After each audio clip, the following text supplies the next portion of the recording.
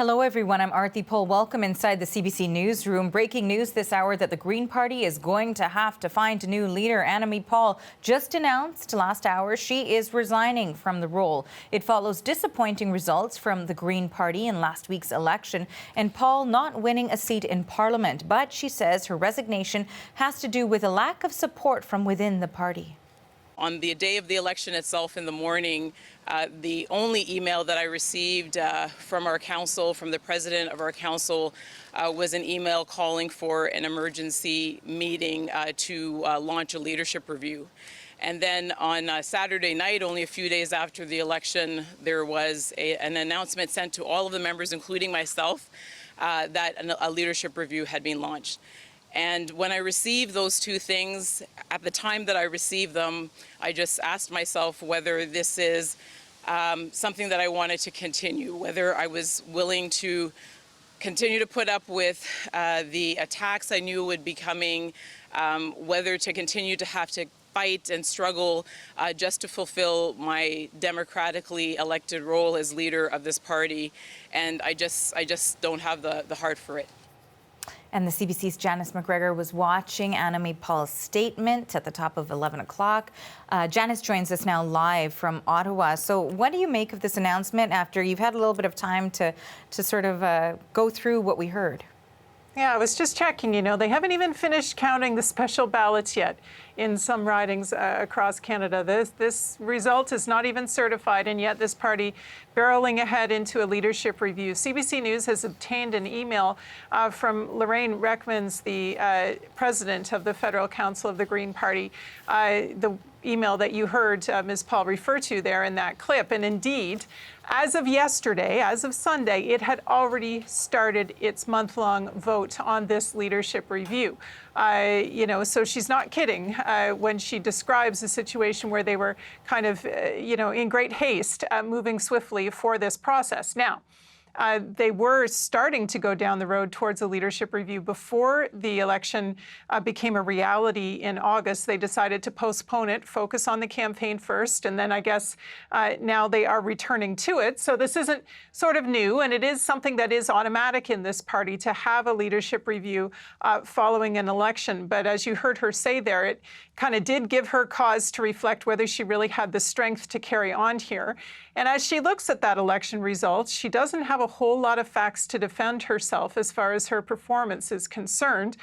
They did have a very poor showing nationally, went from having 6.5% of the vote nationally in 2019 to only 2.3% this time. They struggled to find candidates, didn't run anybody in about a quarter of the ridings.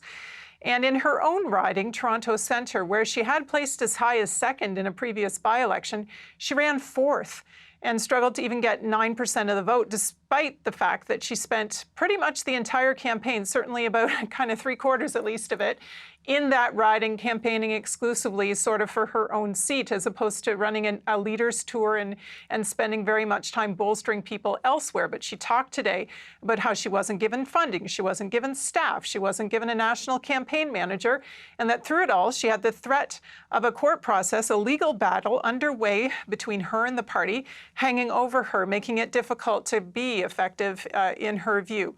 She said people had been counting on Greens like her for progressive policies, but if this party continues to focus on internal issues, it's not going to succeed. She did not name names in terms of people who have been attacking her in this press conference. We'll see if some more of those come out. She just mentioned loosely former leaders, people from other parties and members of the National Council as accusing her, attacking her, saying that she was conspiring against the party's interests. She vowed that they would not succeed, but they have succeeded in ending her leadership at this point. And, Janice, having her in that leadership role was, something that was unprecedented. She was a trailblazer in Canadian politics. So what message did she have for people who found her leadership inspiring? Well, she said she wanted to show people that someone like her, a Black woman, a Jewish woman, could get as far as she could. But in the end, she felt she never had a fair opportunity. And she described this as a very painful experience, that the recent weeks have been the worst period of her life, she said.